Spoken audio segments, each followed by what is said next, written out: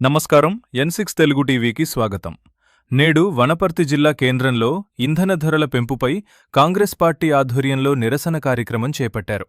Diesel, petrol, gas ధరల పెంపుతో ఇప్పటికే నిత్యావసరాల ధరలు ఆకాశాన్నంటుతున్నాయని, సామాన్య ప్రజల జీవనం భారంగా మారిందని కాంగ్రెస్ నాయకులు ఆందోళన వ్యక్తం చేశారు. కేంద్ర ప్రభుత్వం ఇంధన ధరలను పెంచటం వల్ల ప్రజలపై మరింత ఆర్థిక భారం పడుతుందని విమర్శించారు.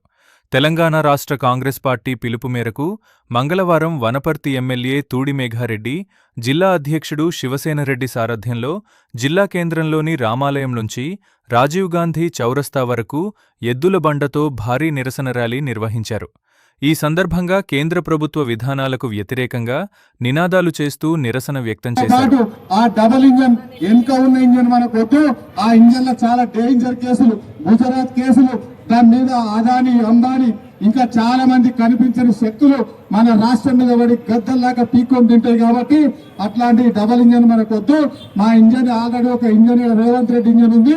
రెండో ఇంజన్ రాహుల్ గాంధీ గారి ఇంజన్ రావాల్సిన అవసరం ఉంటుంది. కాబట్టి వీళ్ళందరూ ప్రజలకు తీసుకెళ్లి దీని మీద ఆ మధ్యలో కరోనా వచ్చింది. 36 పీరియడ్లో అప్పుడు గంట కొట్టమంటే గంట కొట్టినాం, దేవుని మొక్కమంటే దేవుని మొక్కినాం, పూజలు చేయమంటే పూజలు చేస్తున్నాం.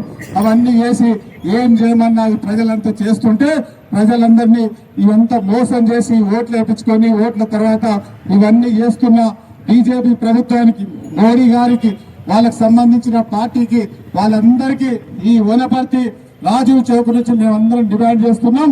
ఆ రేట్లు పెంచిన రేట్లు తగ్గించకపోతే రాబోయే రోజులలో పెద్ద ఉద్యమం కాంగ్రెస్ తరఫున ఇక్కడ తెలంగాణ రాష్ట్రంలో ఒకటే ఒక పార్టీ మిగిలింది, అది కాంగ్రెస్ పార్టీ అధికారంలో ఉంది. కాంగ్రెస్ పార్టీ ప్రతిపక్ష పాత్ర కూడా మేమే పోషించి ఈ ప్రజల కోసం నిలబడతామని వనపర్తి జిల్లా ప్రజలందరికీ మేము మాట ఇస్తూ రాబోయే రోజులలో ఇంకా ఉద్యమాలు చేసి, ఇప్పుడు ఎద్దుల బండ్ల మీద వేసినాం, ఇంకా ఏమైనా తగ్గించకపోతే మళ్ళా సైకిళ్ల మీద వేస్తాం, ఇంకా తగ్గించకపోతే నడిచొస్తాం. అవసరమైతే ఇక్కడ నుంచి వనపర్తి నుంచి 33 జిల్లాలో ఢిల్లీకి మొట్టమొదటి వనపర్తి నుంచి పోయి ఆ ఢిల్లీలో కూడా ధర్నా చేయాల్సిన పరిస్థితి వస్తుంది. కాబట్టి మీరందరూ జాగ్రత్త ఉండి ప్రజల కోసం, ప్రజలు ఓట్లు వేసిన ప్రజల కోసం అన్ని రాష్ట్రాల్లో మిమ్మల్ని గెలిపించారు, ఇక్కడ కూడా మీరు మందిని గెలిపించారు.